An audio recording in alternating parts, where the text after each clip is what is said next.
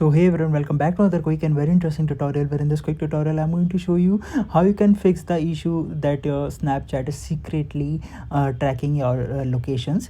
Now you can easily check that while you are in the settings of your Snapchat. You can go to the settings and click on the permissions right there, and here you'll see my Snapchat has my location permissions, that they have been tracking my location. They have the access to my location. Now in order to get back that access, simply open the settings of any phone you have. For example, in your iPhone, simply search Snapchat, and while you simply open it, here you'll see this option of location that says while I'm using the app they have my location access. Simply click on this option of never.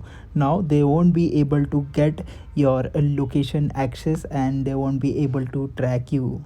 Alright, so that's it for this tutorial. I hope this video will be helpful for you. Make sure to hit the like button and subscribe button for more such helpful and interesting tutorials. See you in the next one. Take care.